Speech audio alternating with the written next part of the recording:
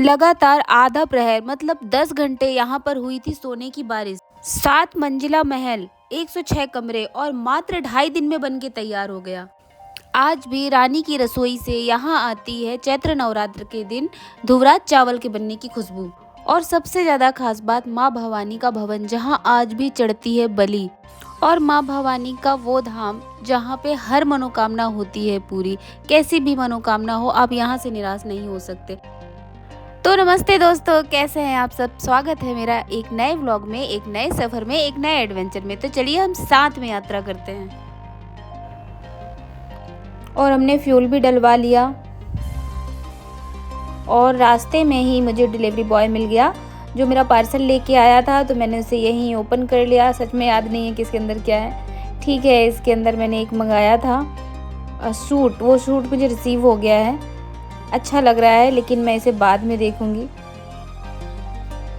और रास्ते में बहुत सारे गांव आ रहे हैं, बहुत सारे जंगल, पहाड़, नेचर के नज़ारे और बहुत प्यारे प्यारे गांव। हमारे एमपी की एक बहुत ख़ास बात यह है कि गांव आज भी जीवित हैं और ख़ास तौर पर छोटे शहर से जुड़े हुए गांव आज भी जैसे पुराने ज़माने में हुआ करते थे। कच्चे मकान, घास फूस से बने हुए घर और गांव में उकेरी गई दीवारों में कलाकृतियाँ, छोटे छोटे आंगन, खटिया, सब कुछ वैसा का वैसा जैसा हमने कहानियों में पढ़ा है। वही कच्चे मकान, वही छोटी छोटी गलियाँ, वही दीवारों पे उकेरी हुई कलाकृतियाँ, खटिया, छोटे छोटे आंगन, वैसा का वैसा ही है जैसा हमने कहानियों में पढ़ रखा है। और आजकल तो बड़े शहरों के पास के गांव भी काफ़ी अपडेटेड हो गए हैं। वहाँ भी पक्के मकान और बहुत सारी आधुनिक चीज़ें देखने को मिलेंगी, लेकिन यहाँ आपको पूरी गांव की झलक देखने को मिलेगी। रास्ता थोड़ा लंबा है। हम जा रहे हैं 100 किलोमीटर दूर मंडला। वहाँ है माता छपरा का मंदिर। देवी माता के बारे में एक चीज़ बहुत ज़्यादा प्रसिद्ध है कि वहाँ आप सच्चे मन से जो भी मांगेंगे आपको मिलेगा ही मिलेगा। वहाँ बलि की भी प्रथा है, लेकिन अगर आप बलि किसी जीव की नहीं चढ़ाना चाहते हैं तो आप या अपनी स्वेच्छा अनुसार जितनी आपकी शक्ति हो, यथाशक्ति आप वहाँ कुछ भेंट कर सकते हैं और अपनी मन्नत माता को बता सकते हैं। आपका काम पूरा होगा ही होगा। मैंने जो मन्नत मांगी थी वो मुझे असंभव सी लग रही थी, क्योंकि मन्नत बताते नहीं हैं तो मैं आपको यहाँ पे बताऊँगी नहीं कि मैंने माता से क्या मांगा था। लेकिन हाँ, मेरी मांगी हुई विश कंप्लीट हो चुकी है, इसलिए मैं माता से फिर से मिलने जा रही हूँ।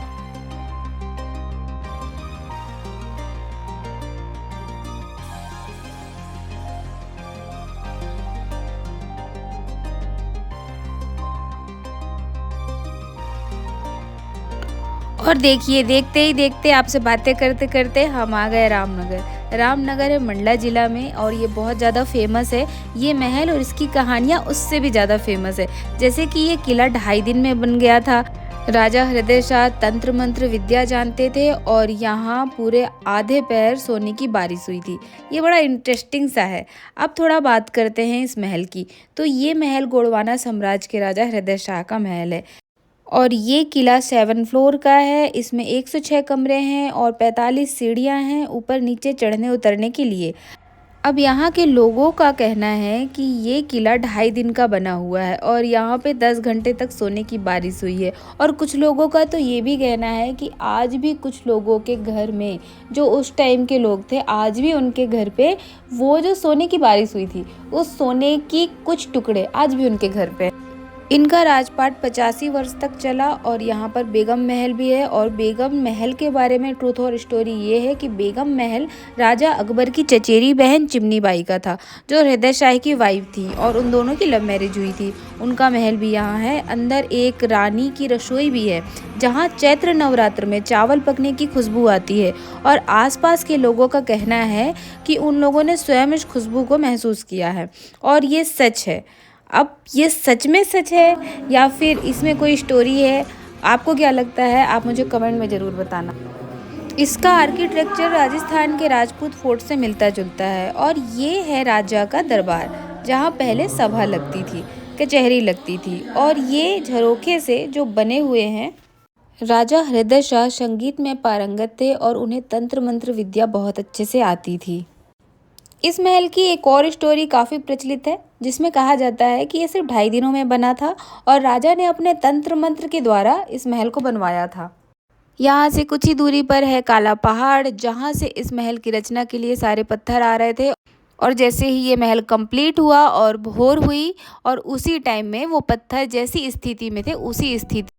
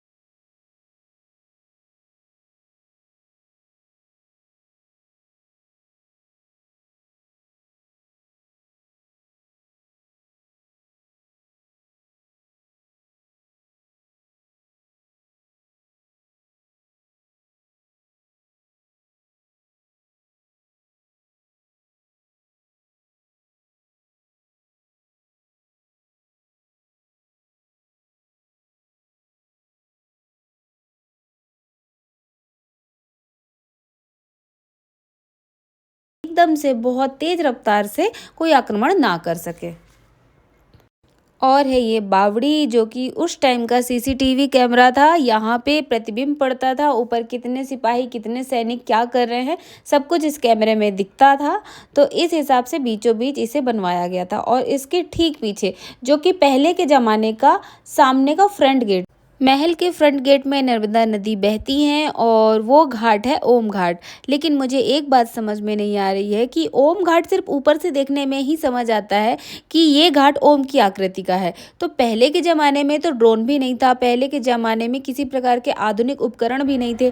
फिर उस टाइम के लोगों को कैसे पता चला कि ये घाट ओम की आकृति का है? अगर आपको ये चीज़ें समझ में आए तो मुझे कमेंट में ज़रूर बताना।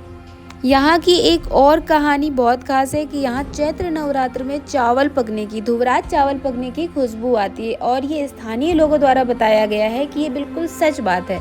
लेकिन साइंस कहता है क्योंकि उस टाइम में रानी महल में लगातार ही चावल पकते थे, तो जो उसका गुंबज है उसमें उसकी भाप हो चुकी है, जो कि चैत्र नवरात्र के टाइम में, गर्मी के टाइम में बहुत ज़्यादा उस भाप की वजह से चावल की खुशबू आती है। आपको क्या लगता है? मुझे कमेंट में ज़रूर बताना।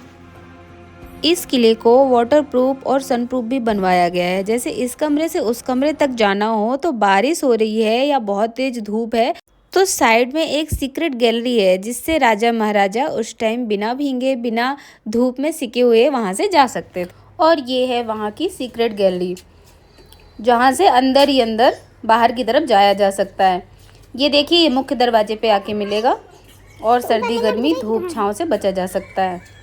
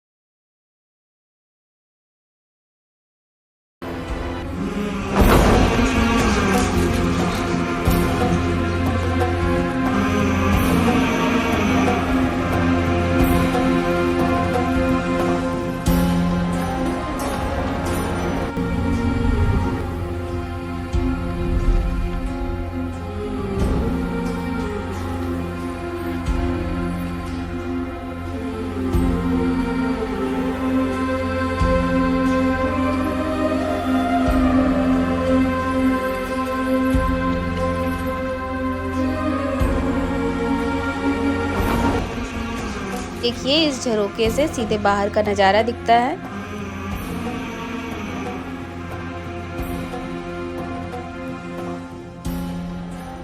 अभी के ज़माने का ये बिल्कुल मुख्य द्वार है। यहाँ पे छोटा सा गार्डन भी है।